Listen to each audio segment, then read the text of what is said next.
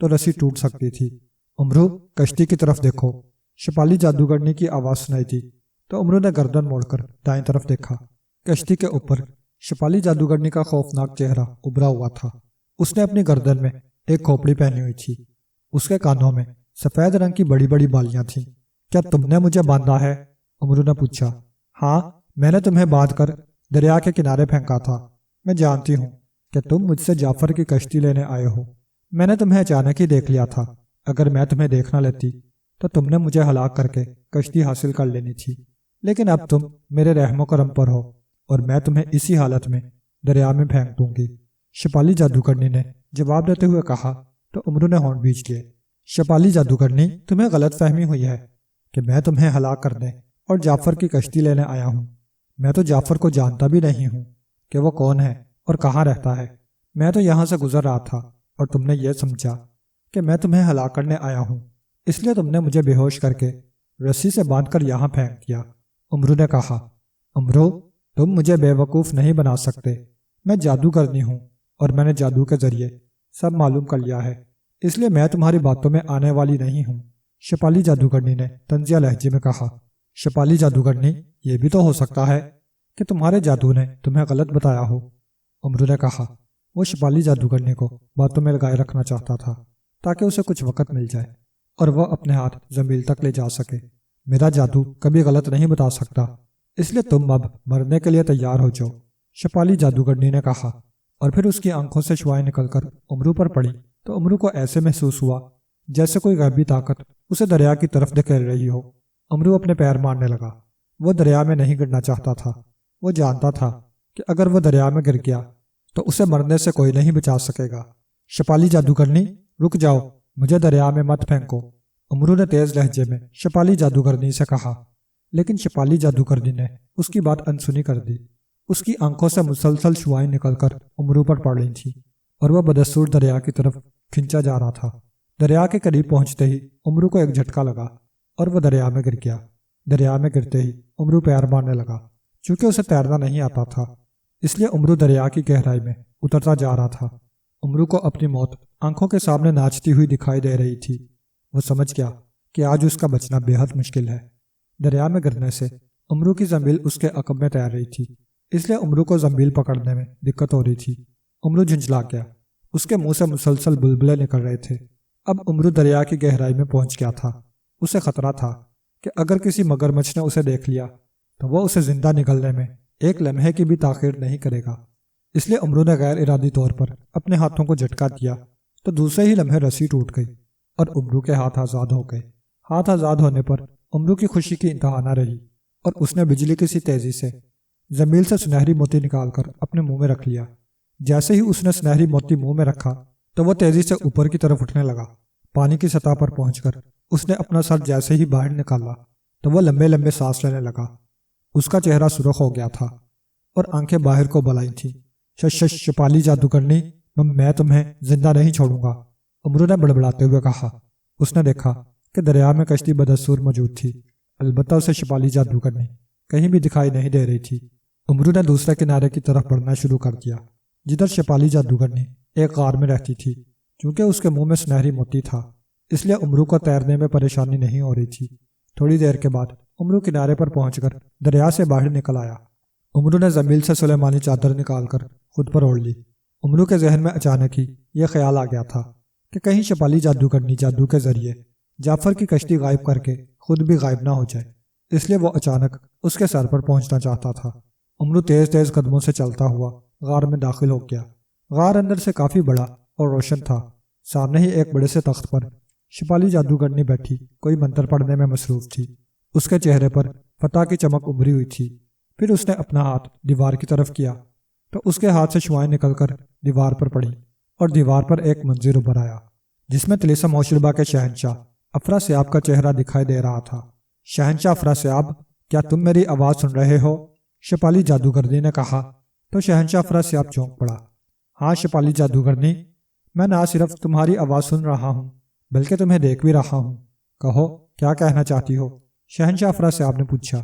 شہنشاہ افراسیاب، میں تمہیں اطلاع دینا چاہتی ہوں کہ میں نے دنیا کے سب سے خطرناک انسان امرو کو ہلاک کر دیا ہے۔ شپالی جادوگرنی نے مسکراتے ہوئے کہا تو شہنشاہ افراسیاب چونک پڑا۔ شپالی جادوگرنی، کیا تم سچ کہہ رہی ہو؟ مجھے تمہاری بات پر یقین نہیں ہے کہ تم نے امرو کو ہلاک کر دیا ہے۔ شہنشاہ افراسیاب نے جواب دیتے ہوئے کہا تو امرو کے چہرے پر مسکراہٹ ابھر آئی۔ شہنشاہ، اگر تمہیں یقین نہیں ہے تو تم جادو کے ذریعے معلوم کر سکتے ہو۔ میں نے خود امرو کو رسی سے باندھ کر دریا میں پھینکا ہے اور اب تک وہ مر بھی چکا ہوگا۔ شپالی جادوگرنی نے کہا تو شہنشاہ افراسیاب نے آنکھیں بند کر لیں اور منہ ہی منہ میں بڑبڑانے لگا۔ امرو سمجھ گیا کہ شہنشاہ افراسیاب اس کے بارے میں معلوم کر رہا ہے۔ امرو دبے قدم چلتا ہوا تخت کے پیچھے جا کر کھڑا ہو گیا۔ اس نے سلیمانی چادر اتار کر زمین میں رکھ لی اور تلوار حیدری نکال لی۔ شپالی جادوگرنی کی نظریں بدستور منظر پر مرکوز تھیں۔ چند لمحوں کے بعد شہنشاہ افراسیاب نے آنکھیں کھول دیں۔ چونکہ وہ شپالی جادوگرنی کو دیکھ رہا تھا، اس لیے اس نے جب شپالی جادوگرنی کے عقب میں کھڑے امرو کو دیکھا تو اس کے چہرے پر پریشانی کے تاثرات ابھر آئے۔ شپالی جادوگرنی، جتنی بڑی تم جادوگرنی ہو اس سے زیادہ تم بے وقوف ہو۔ امرو نہ صرف زندہ ہے بلکہ تمہارے عقب میں کھڑا ہے، شہنشاہ افراسیاب نے کہا تو شپالی جادوگرنی حیرت سے اچھل پڑی۔ اس نے اپنی گردن موڑ کر دیکھا تو امرو کو دیکھ کر اس کا چہرہ دھواں دھواں ہونے لگا۔ امرو، تم زندہ ہو؟ شپالی جادوگرنی نے حیرت اور خوف بھرے لہجے میں کہا۔ ہاں، نہ صرف میں زندہ ہوں بلکہ اب تمہاری موت کا وقت آ گیا ہے، امرو نے غصیلے لہجے میں کہا۔ پھر اس سے پہلے کہ شپالی جادوگرنی کوئی منتر پڑھ کر امرو پر پھونک دی، امرو نے بجلی کی سی تیزی سے تلوار حیدری اس کی گردن پر مار دی۔ تلوار شپالی جادوگرنی کی گردن پر پڑی اور کھچ کی آواز کے ساتھ ہی اس کی گردن اڑ کر دور جا گری اور اس کا دھڑ تخت پر گر کر تڑپنے لگا۔ اس کی کٹی ہوئی گردن سے خون ابل ابل کر نکل رہا تھا۔ تڑپتے تڑپتے شپالی جادوگرنی کا دھڑ زمین پر گر گیا اور چند لمحوں کے بعد وہ ساکت ہو گئی۔ مجھے دریا میں پھینک کر کتنی خوش ہو رہی تھی، امرو نے منہ بناتے ہوئے کہا۔ پھر اس نے ادھر ادھر نظریں دوڑائیں کہ شاید شپالی جادوگرنی کا خزانہ اسے مل جائے، لیکن غار میں خزانہ نہیں تھا، اس لیے امرو مایوس انداز میں چلتا ہوا غار سے نکل کر کشتی میں سوار ہو گیا۔ پھر اس نے چپو چلانے کی کوشش کی، لیکن امرو بوڑھا تھا، اس لیے وہ چپو چلانے میں کامیاب نہ ہو سکا اور کشتی آگے نہ بڑھی۔ تو امرو نے محافظ بونے کو زمیل سے نکالا اور اسے کشتی کھینچ کر وہاں لے جانے کا حکم کیا جہاں جعفر موجود تھا۔ محافظ بونا کشتی کو کھینچتے ہوئے آگے بڑھنے لگا۔ تھوڑی دیر کے بعد امرو سرخ جنگل کے قریب پہنچ گیا جہاں دریا کے کنارے ایک نوجوان بیٹھا تھا۔ اس کے چہرے پر افسردگی چھائی ہوئی تھی۔ امرو سمجھ گیا کہ یہ جعفر ہے، کیونکہ جعفر کشتی کو دیکھ کر اٹھ کھڑا ہوا تھا اور اس کے چہرے پر حیرت اور خوشی کے ملے جلے تاثرات ابھر آئے تھے۔ امرو کشتی سے نیچے اتر آیا۔ کیا تم جعفر ہو؟ امرو نے اس نوجوان سے پوچھا۔ ہاں، میں جعفر ہوں، مگر تم کون ہو؟ نوجوان نے پوچھا۔ میرا نام امرو ہے اور میں تمہاری کشتی تلاش کر کے لایا ہوں۔ تمہاری کشتی ایک جادوگرنی کے پاس تھی، میں نے اس جادوگرنی کا خاتمہ کر دیا ہے۔ اب تم اپنی کشتی میں بیٹھ کر گھر جاؤ، تمہاری ماں تمہاری وجہ سے بے حد پریشان ہے۔ امرو نے کہا تو جعفر خوش ہو گیا۔ پھر وہ اپنی کشتی پر سوار ہو کر ایک طرف بڑھ گیا، جبکہ امرو کے حکم پر محافظ بونے نے اسے دربار امیر حمزہ پہنچا دیا۔ امرو نے سردار امیر حمزہ کو ساری بات بتا دی تو سردار امیر حمزہ اس کی عقل مندی اور بہادری پر بے حد خوش ہوئے اور انہوں نے امرو کو 2 ہینوں کے ہار انعام میں دیے تو امرو خوشی سے اچھل پڑا۔ وہ خوش تھا، بے حد خوش۔ خواجہ امرو اپنے کمرے میں کرسی پر بیٹھا ایک کتاب پڑھنے میں مصروف تھا کہ اچانک بیرونی دروازے پر دستک ہوئی۔ امرو چونک پڑا اور اس نے کتاب بند کر کے ایک سائڈ پر پڑی میز پر رکھی اور اٹھ کر بیرونی دروازے کی طرف بڑھ گیا۔ ان دنوں اس کی بیوی چاند تارا اپنے میکے گئی ہوئی تھی، اس لیے امرو گھر پر اکیلا تھا۔ اس نے دروازہ کھولا تو باہر ایک ادھیڑ عمر آدمی موجود تھا۔ اس نے شاہی لباس پہنا ہوا تھا۔ امرو چونکہ اسے نہیں جانتا تھا اس لیے وہ اسے دیکھ کر حیران ہو گیا۔ آپ کون ہیں اور آپ کو کس سے ملنا ہے؟ امرو نے پوچھا۔ کیا یہ امرو کا گھر ہے؟ ادھیڑ عمر آدمی نے پوچھا تو امرو اپنا نام سن کر چونک پڑا۔ ہاں، یہ امرو کا گھر ہے، امرو نے جواب دیا۔ کیا امرو گھر پر ہے؟ میں نے اس سے ملنا ہے، ادھیڑ عمر نے پوچھا۔ ہاں، میرا نام امرو ہے، اب بتائیے آپ کیوں مجھ سے ملنا چاہتے ہیں؟ امرو نے جواب دیتے ہوئے کہا تو ادھیڑ عمر آدمی نے چونک کر اسے سر سے پاؤں تک دیکھا۔ کیا تم واقعی امرو ہو؟ مجھے یقین نہیں آ رہا، ادھیڑ عمر آدمی نے حیرت بھرے لہجے میں کہا تو امرو کے چہرے پر غصے کے تاثرات ابھر آئے۔ محترم، آپ کو یقین آئے یا نہ آئے، آپ یہ بتائیں کہ آپ مجھ سے کیوں ملنا چاہتے ہیں؟ آپ اپنا تعارف کرائیں۔ امرو نے منہ بناتے ہوئے کہا۔ امرو، کیا یہیں دروازے پر کھڑے ہو کر باتیں کرو گے؟ ادھیڑ عمر آدمی نے کہا تو عمرو شرمندہ سا ہو گیا۔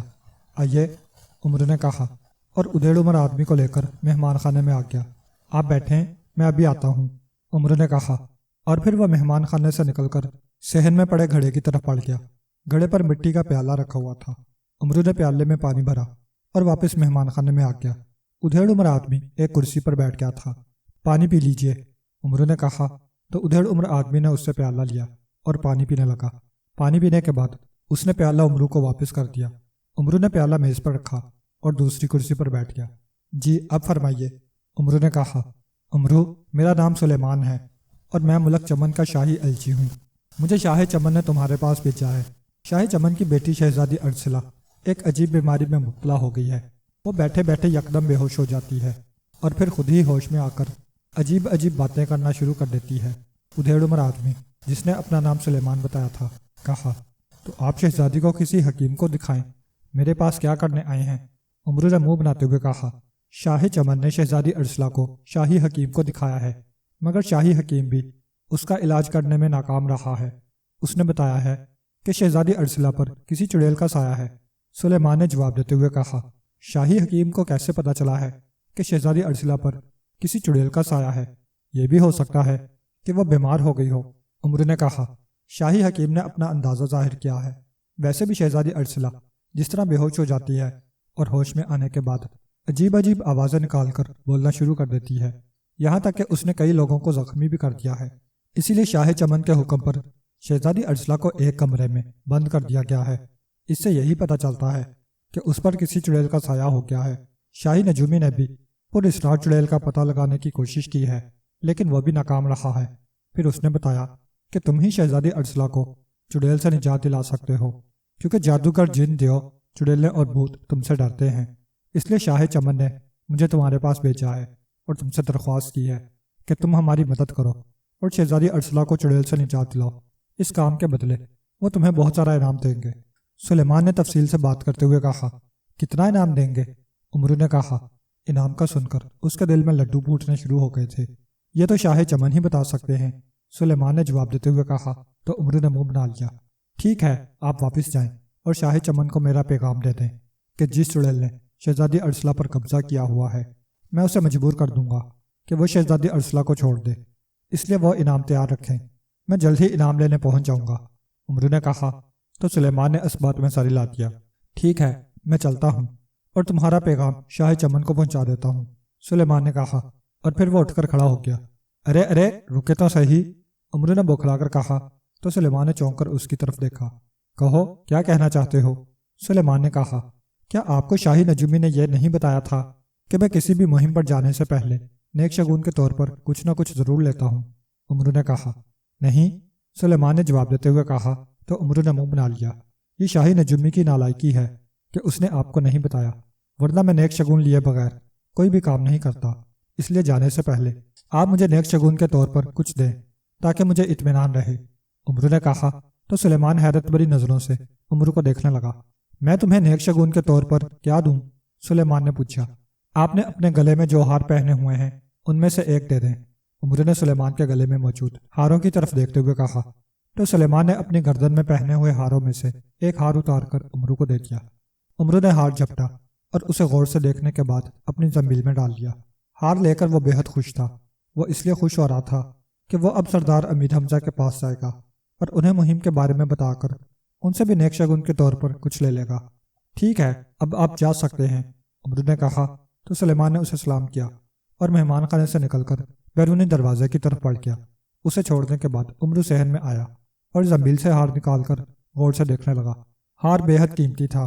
عمرو نے اسے زنبیل میں ڈالا اور بولنے والی گڑیا نکال لی۔ اس نے گڑیا کے سر پر انگوٹھا رکھ کر دبایا تو گڑیا میں زندگی کی لہر دوڑ گئی۔ کیا حکم ہے آقا؟ بولنے والی گڑیا نے سلام کرنے کے بعد مؤدبانہ لہجے میں پوچھا۔ بولنے والی گڑیا، مجھے بتایا جائے کہ ملک چمن کی شہزادی ارسلہ پر کس چڑیل نے قبضہ کیا ہوا ہے؟ عمرو نے سلام کا جواب دینے کے بعد کہا تو بولنے والی گڑیا نے آنکھیں بند کر لی۔ عمرو اسے غور سے دیکھنے لگا۔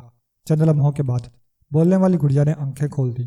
آقا، عمرو کو بتایا جاتا ہے کہ شہزادی ارسلہ پر مونی چڑیل کا قبضہ ہے۔ بولنے والی گڑیا نے جواب دیا۔ مونی چڑیل کہاں رہتی ہے اور اس نے کیوں شہزادی ارسلہ پر قبضہ کیا ہوا ہے؟ عمرو نے چونکتے ہوئے کہا۔ آقا امرو کو بتایا جاتا ہے کہ مونی چڑیل شمال کی طرف سنہری جنگل کے عقب میں ایک کالے کھنڈر میں رہتی ہے۔ ایک دن مونی چڑیل سنہری جنگل میں ایک درخت کے سائے میں سو رہی تھی کہ شہزادی ارسلہ شاہی سپاہیوں کے ساتھ شکار کھیلنے سنہری جنگل میں پہنچ گئی تھی۔ چونکہ مونی چڑیل شہزادی ارسلہ کو دکھائی نہیں دی تھی، اس لیے شہزادی اسے دیکھ نہیں پائی اور اپنا گھوڑا اس پر چڑھاتی ہوئی گزر گئی۔ مونی چڑیل مرتے مرتے بچی تھی، البتہ وہ خاصی زخمی ہو گئی تھی۔ جب وہ ٹھیک ہو گئی تو اس نے شہزادی ارسلہ سے بدلہ لینے کا فیصلہ کر لیا۔ چنانچہ وہ شہزادی ارسلہ کے پاس پہنچ گئی اور اس کے جسم پر قبضہ کر لیا۔ اس کا جب دل کرتا ہے وہ شہزادی ارسلہ کے پاس پہنچ جاتی ہے اور اس کے جسم پر قبضہ کر لیتی ہے۔ اب شہزادی ارسلہ کی یہ حالت ہے کہ وہ اچانک بے ہوش ہو جاتی ہے اور پھر ہوش میں آ کر عجیب عجیب باتیں کرنا شروع کر دیتی ہے، یہاں تک کہ وہ کئی لوگوں کو زخمی بھی کر چکی ہے۔ بولنے والی گڑیا نے جواب دیتے ہوئے کہا تو امرو نے اس بات میں سر ہلا دیا۔ اب مونی چڑیل کہاں ہے؟ امرو نے پوچھا۔ آقا امرو کو بتایا جاتا ہے کہ اب مونی چڑیل شہزادی ارسلہ کے پاس بیٹھی ہے۔ بولنے والی گڑیا نے جواب دیتے ہوئے کہا تو امرو اچھل پڑا۔ اوہو، اس کا مطلب ہے کہ مجھے فوراً ملک چمن پہنچنا چاہیے، امرو نے بڑبڑاتے ہوئے کہا۔ پھر اس نے بولنے والی گڑیا کے سر پر انگوٹھا رکھ کر دبایا تو وہ بے جان ہو گئی۔ امرو نے اسے زنبیل میں ڈالا اور گھر سے نکل کر دربار حمزہ کی طرف بڑھ گیا تاکہ وہ سردار امیر حمزہ کو ساری بات بتا کر اور ان سے اجازت لے کر ملک چمن کی طرف روانہ ہو سکے۔ تھوڑی دیر کے بعد وہ دربار حمزہ پہنچ گیا۔ سردار امیر حمزہ اپنی مخصوص شاہی کرسی پر بیٹھے تھے۔ امرو نے انہیں سلام کیا اور ایک کرسی پر بیٹھ گیا۔ کیسے ہو خواجہ؟ سردار امیر حمزہ نے پوچھا۔ میں ٹھیک ہوں سردار، آپ سے ایک مہم کی اجازت لینے آیا ہوں، امرو نے جواب دیتے ہوئے کہا تو سردار امیر حمزہ چونک پڑے۔ مہم؟ کیسی مہم؟ چند روز پہلے ہی تو تم ایک مہم سے واپس آئے ہو، سردار امیر حمزہ نے کہا تو امرو نے تفصیل سے ملک چمن کے شاہی ایلچی سلیمان کے آنے اور شاہی چمن کے پیغام کے بارے میں بتا دیا۔ ٹھیک ہے، تم فوراً مہم پر روانہ ہو جاؤ اور مونی چڑیل کو ایسی سزا دو کہ اس کی روح بھی تمہارا نام سن کر کانپتی رہے، سردار امیر حمزہ نے کہا تو امرو نے اس بات میں سر ہلا دیا۔ پھر اس سے پہلے کہ امرو نیک شگون کے بارے میں بات کرتا، سردار امیر حمزہ نے اپنے گلے سے ایک ہار اتار کر امرو کی طرف بڑھا دیا۔ یہ لو نیک شگون، سردار امیر حمزہ نے کہا تو امرو نے اٹھ کر ان سے ہار لے کر زنبیل میں رکھ دیا۔ اس کے چہرے پر خوشی کے تاثرات ابھر آئے تھے۔ پھر اس نے سردار امیر حمزہ سے اجازت لی اور دربار سے نکل آیا۔ تھوڑی دور ویران جگہ پر آنے کے بعد امرو نے زنبیل سے طلسمی مور نکالا اور اس پر سوار ہو کر ملک چمن کی طرف بڑھ گیا۔ طلسمی مور کے اڑنے کی رفتار بے حد تیز تھی، اس لیے امرو جلد ہی ملک چمن پہنچ گیا۔ شاہی محل کے قریب پہنچنے کے بعد امرو نے طلسمی مور زنبیل میں رکھا اور پھر تیز تیز قدموں سے چلتا ہوا شاہی محل کی طرف بڑھ گیا۔ شاہی محل کے دروازے پر دو دربان تلواریں پکڑے کھڑے تھے۔ میرا نام امرو ہے اور میں شاہی چمن سے ملنے آیا ہوں، امرو نے دربانوں سے مخاطب ہو کر کہا تو انہوں نے اس بات میں سر ہلا دیا۔ پھر ایک دربان اندر چلا گیا۔ چند لمحوں کے بعد وہ واپس آیا تو شاہی چمن اس کے ساتھ تھے۔ وہ ایک بوڑھے انسان تھے، ان کے سر اور داڑھی کے بال برف کی مانند سفید تھے۔ آؤ امرو، ہم تمہارا ہی انتظار کر رہے تھے، ہمیں یقین تھا کہ تم ہمارے شاہی ایلچی کے ساتھ ضرور آؤ گے، شاہی چمن نے کہا۔ شاہی ایلچی سلیمان تو میرے ساتھ نہیں آیا، وہ تو مجھ سے پہلے ہی چلا گیا تھا، کیا وہ ابھی تک نہیں پہنچا؟ امرو نے حیرت بھرے لہجے میں پوچھا۔ نہیں، شاہی ایلچی ابھی تک نہیں آیا، بہرحال تم آؤ میرے ساتھ، شاہی چمن نے کہا اور امرو ان کے ساتھ ان کے دربار میں پہنچ گیا۔ دربار میں ملکہ عالیہ، شہزادی ارسلہ کا چھوٹا بھائی شہزادہ احمر اور وزیر بیٹھے ہوئے تھے۔ امرو نے انہیں سلام کیا تو انہوں نے سلام کا جواب دیا۔ بیٹھو امرو، شاہی چمن نے امرو کو بیٹھنے کا کہا۔ بادشاہ سلامت، یہ وقت بیٹھنے کا نہیں ہے، مجھے معلوم ہوا ہے کہ شہزادی ارسلہ پر مونی چڑیل کا قبضہ ہے اور مونی چڑیل اس وقت شہزادی ارسلہ کے پاس ہی موجود ہے، اس لیے آپ مجھے شہزادی صاحبہ کے کمرے میں لے چلیں تاکہ میں مونی چڑیل کو ہلاک کر سکوں، امرو نے کہا تو شاہی چمن سمیت سب چونک پڑے۔ او، شہزادی ارسلہ پر مونی چڑیل کا قبضہ ہے، ملکہ عالیہ نے پریشان لہجے میں کہا۔ ہاں ملکہ عالیہ، لیکن آپ کو پریشان ہونے کی ضرورت نہیں ہے، آج مونی چڑیل بچ کر نہیں جا سکے گی، امرو نے جواب دیتے ہوئے کہا۔ آؤ امرو، شاہی چمن نے کہا۔ پھر وہ امرو کے لیے دربار سے نکل کر شہزادی ارسلہ کے کمرے کی طرف بڑھ گئے۔ ملکہ عالیہ اور شہزادہ احمر بھی ان کے پیچھے پیچھے آ رہے تھے۔ شاہی چمن ایک کمرے کے دروازے پر رک گئے، پھر انہوں نے دروازہ کھولا اور وہ سب اندر داخل ہو گئے۔ امرو نے دیکھا کہ کمرہ نہایت خوبصورت انداز میں سجایا گیا تھا۔ کمرے کے دائیں طرف کونے میں ایک پلنگ پر ایک خوبصورت لڑکی بیٹھی ہوئی تھی، اس نے سرخ رنگ کا لباس پہنا ہوا تھا، اس نے اپنے سر پر سونے کا ایک تاج رکھا ہوا تھا جبکہ اس کے گلے میں سونے کا ہار تھا۔ اس نے اپنے کانوں میں سونے کی بالیاں پہنی ہوئی تھیں اور اس کے سر پر سرخ رنگ کا ایک دوپٹہ تھا۔ اس کی آنکھیں پتھرائی ہوئی تھیں اور اس کے حلق سے گھراہٹیں نکل رہی تھیں۔ جیسے ہی وہ کمرے میں داخل ہوئے تو شہزادی ارسلہ کے چہرے کے تاثرات بدلنے لگے۔ شہزادی ارسلہ کو اس حالت میں دیکھ کر شاہ چمن، ملکہ عالیہ اور شہزادہ احمر خوفزدہ ہو گئے، لیکن امرو کے چہرے پر اطمینان کے تاثرات ابھرے ہوئے تھے۔ اس نے زنبیل سے ایک سرما دانی نکال لی۔ اس میں سلیمانی سرما تھا۔ امرو نے ایک ایک سلائی اپنی آنکھوں میں لگائی اور پھر سرما دانی زنبیل میں رکھ لی اور شہزادی ارسلہ کی طرف دیکھنے لگا۔ شہزادی ارسلہ کے چہرے پر ایک انتہائی بدصورت چڑیل ملک تھی۔ اس کے سر کے بال بہت بڑے تھے اور اس کے سر پر مڑے ہوئے 2 سینگ تھے۔ اس کے پیر بطخ کے پیروں کی طرح تھے اور اس کے ہاتھوں اور پیروں کے ناخن نوکیلے اور بڑے تھے۔ اس کے منہ کے اوپر والے 2 دانت نوکیلے اور باہر کو نکلے ہوئے تھے۔ اس نے رنگ برنگا لباس پہنا ہوا تھا اور اس کے کانوں میں بالیاں تھیں۔ اے مونی چڑیل، کیا تم میری آواز سن رہی ہو؟ امرو نے مونی چڑیل سے مخاطب ہو کر کہا تو اس نے چونک کر امرو کی طرف دیکھا۔ ہاں، میں تمہاری آواز سن رہی ہوں، کیا چاہتے ہو تم؟ مونی چڑیل نے کرخت لہجے میں کہا تو اس کی آواز سن کر وہ سب چونک پڑے اور خوفزدہ نظروں سے ادھر ادھر دیکھنے لگے۔ مونی چڑیل، اگر تم زندگی چاہتی ہو تو شہزادی ارسلہ کو چھوڑ دو۔ نہیں نہیں، میں شہزادی ارسلہ کو نہیں چھوڑوں گی۔ اگر تم زندگی چاہتے ہو تو دفع ہو جاؤ یہاں سے، ورنہ میں تمہارا بہت برا حشر کروں گی۔ مونی چڑیل نے غصیلے لہجے میں کہا تو امرو نے ہونٹ بھینچ دیے۔ وہ سمجھ گیا کہ مونی چڑیل آسانی سے شہزادی ارسلہ کو چھوڑنے والی نہیں ہے۔ ٹھیک ہے، اگر تم شرافت سے نہیں مانتی تو مجھے اور بھی طریقے آتے ہیں، امرو نے کہا، اور پھر اس نے اپنی زنبیل میں سے تلوار حیدری نکال لی اور تیزی سے مونی چڑیل کی طرف بڑھا۔ ارے رک جاؤ امرو، کیا تم شہزادی ارسلہ کو مارنا چاہتے ہو؟ شاہ چمن نے تیز لہجے میں کہا، لیکن امرو نے ان کی بات کا کوئی جواب نہ دیا۔ شہزادی ارسلہ کے قریب پہنچ کر امرو نے تلوار حیدری بلند کی اور مونی چڑیل کی گردن پر وار کر دیا، لیکن مونی چڑیل بجلی کی سی تیزی سے پیچھے کی طرف ہٹتی چلی گئی اور امرو کی تلوار فضا میں گھوم گئی۔ اگر مونی چڑیل یکدم پیچھے نہ ہٹتی تو امرو نے اس کی گردن اڑا دینی تھی۔ امرو مونی چڑیل کی طرف بڑھا، لیکن مونی چڑیل یکدم کمرے کی چھت پر پہنچ گئی اور اس نے امرو کے پیچھے پہنچ کر امرو کو زور سے دھکا دے دیا۔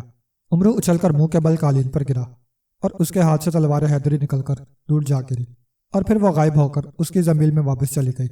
امرو اٹھنے ہی لگا تھا کہ مونی چڑیل نے اسے اس کے لباس سے پکڑ کر اٹھایا اور کمرے میں دائرے کی صورت میں گھمانے لگی۔ شاہ چمن، ملکہ عالیہ اور شہزادہ احمر خوف بری نظروں سے امرو کو کمرے میں گھومتا ہوا دیکھ رہے تھے۔ انہیں مونی چڑیل دکھائی نہیں دے رہی تھی۔ امرو کے حلق سے چیخیں نکل رہی تھیں۔ دوسرے ہی لمحے مونی چڑیل نے امرو کو چھوڑ دیا تو امرو اچھل کر قالین پر گرا اور لڑکتا ہوا شاہ چمن کے قدموں میں پہنچ گیا۔ امرو ایک بار پھر اٹھنے ہی لگا تھا کہ مونی چڑیل نے پھر جھپٹ کر امرو کو اٹھایا اور اسے چھت کی طرف اچھال دیا۔ امرو زور سے چھت سے ٹکرایا اور پھر ایک دھماکے سے قالین پر آ گرا۔ اسے ایسا محسوس ہوا جیسے اس کی ہڈیاں ٹوٹ گئی ہوں۔ وہ کراہنے لگا، کمبخت، تم نے میری ہڈیاں توڑ دی ہیں۔ امرو نے کراہتے ہوئے کہا، ہاں، اور اب میں تمہارے ٹکڑے کر دوں گی، مونی چڑیل نے چیختے ہوئے کہا۔ شہزادی ارسلہ بدستور ساکت بیٹھی ہوئی تھی۔ مونی چڑیل دوبارہ امرو پر جھپٹی، مگر وہ جیسے ہی امرو کے قریب پہنچی تو امرو نے لیٹے ہی لیٹے اس کے چہرے پر پیر مار دیا۔ مونی چڑیل کے حلق سے چیخ نکلی اور وہ پیچھے کی طرف ہٹ گئی۔ امرو بجلی کی سی تیزی سے اٹھ کر بیٹھ گیا۔ پھر اس نے اپنی زنبیل سے تلوار حیدری نکال لی۔ اس سے پہلے کہ وہ تلوار حیدری سے مونی چڑیل پر وار کرتا، مونی چڑیل نے جھپٹ کر امرو کو اٹھا کر دور پھینک دیا۔ امرو پھر قالین پر گرا اور گھسٹتا ہوا دیوار کے ساتھ جا ٹکرایا۔ گرنے سے اس کے ہاتھ سے تلوار نکل کر دور جا گری تھی اور پھر یکلخت غائب ہو کر اس کی زنبیل میں واپس چلی گئی۔ امرو کے حلق سے کراہیں نکل رہی تھیں۔ اسے مونی چڑیل سے اتنی پھرتی کی توقع نہیں تھی۔ کمبخت، شیطان کی بچی، ہائے میری کمر، ہائے، امرو نے درد سے کراہتے ہوئے کہا۔ اس نے مونی چڑیل کی طرف دیکھا تو وہ ایک بار پھر اس کی طرف بڑھی چلی آ رہی تھی۔ اب امرو اسے حملہ کرنے کا موقع نہیں دینا چاہتا تھا، اس لیے اس نے اس بار زنبیل سے تلوار حیدری کی بجائے آئینہ داؤدی نکال لیا۔ اس نے آئینہ داؤدی کا رخ مونی چڑیل کی طرف کیا تو اسے سرخ روشنی نکل کر مونی چڑیل پر پڑی، لیکن وہ نہایت پھرتی کے ساتھ چھت سے جا لگی اور امرو کا وار ناکام ہو گیا۔ امرو نے آئینہ داؤدی کا رخ چھت کی طرف کیا تو مونی چڑیل وہاں سے بھی ہٹ گئی اور اس بار بھی سرخ روشنی چھت سے ٹکرا گئی۔ دوسرے ہی لمحے مونی چڑیل اڑتی ہوئی دروازے کی طرف بڑھی اور پھر اس سے پہلے کہ امرو آئینہ داؤدی کا رخ دروازے کی طرف کرتا، مونی چڑیل دروازے سے باہر نکل گئی۔ اس کے باہر جاتے ہی شہزادی ارسلہ جو ساکت بیٹھی ہوئی تھی یکدم پہلو کے بل پلنگ پر گر گئی۔ امرو اٹھ کر کھڑا ہو گیا۔ شاہ چمن، ملکہ عالیہ اور شہزادہ احمر تیزی سے شہزادی ارسلہ کی طرف بڑھے۔ شاہ چمن نے شہزادی ارسلہ کو سیدھا کیا تو وہ بے ہوش تھی۔ شہزادی ارسلہ کو کیا ہو گیا ہے؟ شاہ چمن نے کہا۔ شہزادی ارسلہ بے ہوش ہو گئی ہے، اس پر سے مونی چڑیل کا قبضہ ختم ہو گیا ہے، امرو نے جواب دیتے ہوئے کہا۔ کیا تم نے مونی چڑیل کو ہلاک کر دیا ہے؟ شاہ چمن نے پوچھا۔ نہیں، مونی چڑیل مری نہیں، بلکہ وہ یہاں سے فرار ہو گئی ہے، امرو نے جواب دیتے ہوئے کہا۔ او، پھر تو مونی چڑیل دوبارہ بھی شہزادی ارسلہ پر قبضہ کر سکتی ہے، ملکہ عالیہ نے تشویش بھرے لہجے میں کہا۔ ہاں، وہ دوبارہ یہاں آ سکتی ہے، لیکن آپ لوگوں کو فکر مند ہونے کی ضرورت نہیں ہے۔ میں مونی چڑیل کے پیچھے جا رہا ہوں اور اسے ہلاک کر کے ہی یہاں آؤں گا، امرو نے کہا۔ تم مونی چڑیل کو کہاں تلاش کرو گے؟ نہ جانو وہ کہاں چھپ گئی ہے، شاہ چمن نے کہا۔ تو امرو کے چہرے پر مسکراہٹ ابھر آئی۔ مونی چڑیل دنیا کے آخری کونے میں بھی چھپ جائے تو میں اسے تلاش کر لوں گا۔ اچھا، میں چلتا ہوں، امرو نے کہا۔ پھر وہ شاہی محل سے نکل کر ایک طرف بڑھنے لگا۔ تھوڑی دور آنے کے بعد امرو نے زمین سے طلسمی مور نکالا اور اس پر سوار ہو کر شمال کی طرف سنہری جنگل کی طرف بڑھ گیا۔ اس جنگل میں سنہری رنگ کے درخت زیادہ تعداد میں تھے، اسی لیے اسے سنہری جنگل کہا جاتا تھا۔ تھوڑی دیر کے بعد طلسمی مور کالے کھنڈر میں پہنچ گیا تو امرو نے طلسمی مور زمین میں ڈالا اور تلوار حیدری نکال کر کالے کھنڈر کی طرف بڑھ گیا۔ کالا کھنڈر بہت بڑا اور پراسرار دکھائی دے رہا تھا، وہاں چاروں طرف گھنے درخت موجود تھے۔ امرو چوکنے انداز میں چلتا ہوا کالے کھنڈر میں داخل ہو گیا۔ جیسے ہی وہ داخل ہوا تو ایک بلی کی تیز آواز سنائی دی، جس سے امرو ڈر گیا۔ بلی کی رنگت کالی تھی اور وہ بجلی کی سی تیزی سے دوڑتی ہوئی ایک چٹان کے پیچھے غائب ہو گئی۔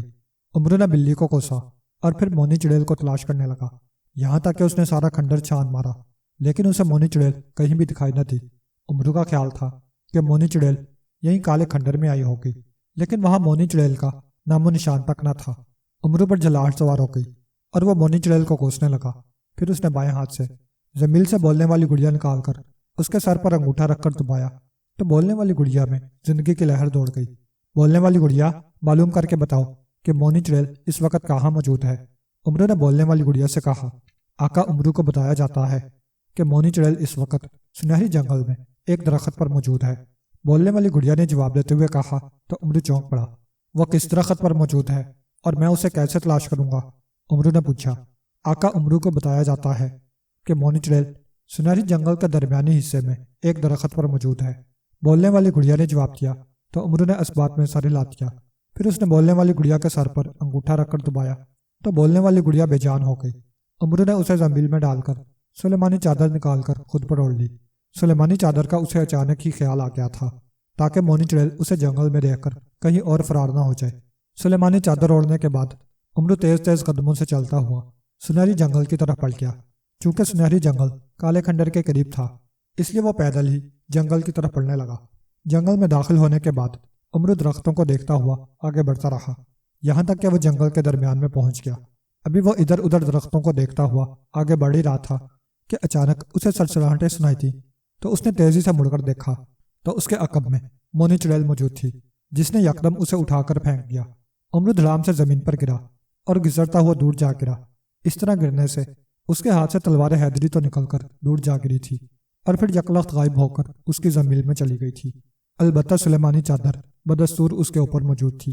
امرو سمجھ گیا کہ سلیمانی چادر اوڑھنے کے باوجود وہ مونی چڑیل کو دکھائی دے رہا ہے، اس لیے اس نے کھڑے ہو کر سلیمانی چادر اتاری اور اسے زمین میں ڈالنے کے بعد تلوار حیدری نکال لی۔ آج تم میرے ہاتھوں سے نہیں بچ سکتی مونی چڑیل، امرو نے غصیلے لہجے میں کہا۔ پھر اس نے مونی چڑیل کی طرف دیکھا تو چونک پڑا، مونی چڑیل غائب ہو چکی تھی۔ امرو ادھر ادھر دیکھنے لگا۔ ارے کہاں چھپ گئی ہو مونی چڑیل، امرو نے اونچی آواز میں کہا۔ پھر اچانک اسے اپنے عقب میں غراہٹیں سنائی دی تو وہ چونک پڑا۔ امرو نے یکدم پیچھے مڑ کر دیکھا تو اسی لمحے مونی چڑیل نے اس پر حملہ کر دیا۔ امرو نے اس کے حملے سے بچنے کی کوشش کی لیکن وہ بچ نہ سکا اور مونی چڑیل کے ہاتھوں کے ناخن اس کے بازو پر لگے تو اس کے حلق سے دردناک چیخ نکل گئی۔ مونی چڑیل نے پھر امرو پر حملہ کر دیا، لیکن امرو نے اس بار خود کو بچاتے ہوئے تلوار حیدری سے اس کی گردن پر وار کر دیا۔ مونی چڑیل بجلی کی سی تیزی سے جھکائی دے گئی اور امرو کا وار ناکام ہو گیا، لیکن امرو نے ہمت نہ ہاری اور اسے چکما دے کر ہلاک کرنے کا فیصلہ کر لیا۔ پھر اس نے پلٹ کر اپنی طرف آتی مونی چڑیل کو چکما دینے کے لیے اس کی ٹانگوں پر تلوار حیدری سے وار کر دیا۔ مونی چڑیل تلوار کے وار سے بچنے کے لیے جھک گئی اور یہی امرو چاہتا تھا۔ جیسے ہی مونی چڑیل جھکی تو تلوار حیدری اس کی گردن پر پڑی اور کھچ کی آواز کے ساتھ ہی مونی چڑیل کی گردن کاٹ کر دور جا گری اور اس کا دھڑ ایک دھماکے سے زمین پر گرا اور وہ بری طرح تڑپنے لگی۔ اس کی کٹی ہوئی گردن سے خون ابل ابل کر باہر نکل رہا تھا۔ اس کی کٹی ہوئی گردن بھی اچھل رہی تھی۔ پھر چند لمحوں کے بعد مونی چڑیل ساکت پڑ گئی تو اس کا جسم اور اس کی کٹی ہوئی گردن وہاں سے غائب ہو گئی۔ امرو نے خدا کا شکر ادا کیا اور تلوار حیدری زمین میں رکھ لی۔ بہت ہی پھرتیلی اور تیز چڑیل تھی۔ اگر میں اسے چکما نہ دیتا تو شاید میں اسے ہلاک نہ کر سکتا، امرو نے بڑبڑاتے ہوئے کہا۔ پھر اس نے زمین سے طلسمی موڑ نکالا اور اس پر سوار ہو کر ملک چمن کی طرف بڑھ گیا تاکہ وہ شاہی چمن کو مونی چڑیل کے مرنے کی خبر سنا کر اپنا انعام حاصل کر سکے۔ تھوڑی دیر کے بعد امرو ملک چمن کے شاہی محل کے قریب پہنچ گیا۔ امرو نے طلسمی موڑ زمین میں ڈالا اور شاہی محل کی طرف بڑھ گیا۔ دربانوں نے اسے نہ روکا اور امرو محل میں داخل ہو کر شہزادی ارسلہ کے کمرے میں پہنچ گیا، جہاں شاہی چمن، ملکہ عالیہ، شہزادہ احمر اور چند کنیزیں موجود تھیں۔ شہزادی ارسلہ پلنگ پر گاؤں تکیے کے ساتھ ٹیک لگا کر بیٹھی ہوئی تھی۔ اب اس کی حالت ٹھیک تھی۔ امرو نے جب انہیں مونی چڑیل کے مرنے کی اطلاع دی تو وہ بے حد خوش ہوئے۔ امرو، تمہارا بے حد شکریہ کہ تم نے ہماری بیٹی شہزادی ارسلہ کو مونی چڑیل سے نجات دلائی ہے۔ شاہی چمن نے ممنون نظروں سے امرو کی طرف دیکھتے ہوئے کہا۔ بادشاہ سلامت، اس میں شکریہ کی کوئی بات نہیں ہے۔ جادوگروں، چڑیلوں اور دیووں کے خلاف لڑنا میرا مقصد ہے۔ اچھا، اب آپ مجھے میرا انعام دیں تاکہ میں اپنے ملک جا سکوں۔ ہو سکتا ہے کوئی اور کسی مصیبت میں مبتلا ہو اور اسے میری مدد کی ضرورت ہو، امرو نے مسکراتے ہوئے کہا۔ تو شاہی چمن نے اس بات میں سر ہلا دیا۔ انہوں نے امرو کو اس کی توقع سے بڑھ کر انعام دیا تو امرو خوش ہو گیا۔ پھر امرو نے شاہی چمن سے اجازت لی اور طلسمی موڑ پر سوار ہو کر اپنے ملک بصرہ کی طرف بڑھ گیا۔